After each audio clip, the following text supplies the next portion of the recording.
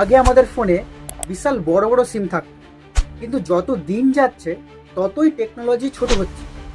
এখন আমরা nano SIM use করি, কিন্তু 2050 সালে কি হবে? তখন কি সিম কার্ড আদৌ থাকবে? চলো জেনে নিই কি হতে পারে তখন। সিম কেন ছোট হচ্ছে? প্রযুক্তি উন্নত হচ্ছে, মোবাইল ফোন কোম্পানিগুলি ফোনে জায়গা বাঁচাতে চায়। ছোট সিম মানে বেশি স্পেস, মানেই বড় ব্যাটারি, অ্যাডভান্স ক্যামেরা এবং আদার্স ফিচার্স অ্যাড করা যায়। 2 নম্বর পয়েন্ট, ইসিম বা সফটওয়্যার বেসড সিম। 2025 সাল থেকে ইসিম জনপ্রিয় হতে শুরু করেছে, যেখানে ফিজিক্যাল সিম লাগেই না।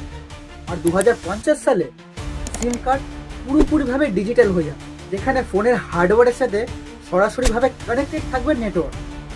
3 নম্বর পয়েন্ট, ভবিষ্যতের কানেক্টিভিটি। 2050 সালে 7G বা 8G আসতে পারে, যেখানে সিম কার্ডের দরকারই থাকবে না, শুধুমাত্র বায়োমেট্রিক অথেন্টিকেশন দিলেই নেটওয়ার্ক কানেক্ট হয়ে যাবে। তোমার কি মনে হয় 2050 সালে সিম কার্ড থাকবে নাকি সব হবে ডিজিটাল? কমেন্টে জানাও।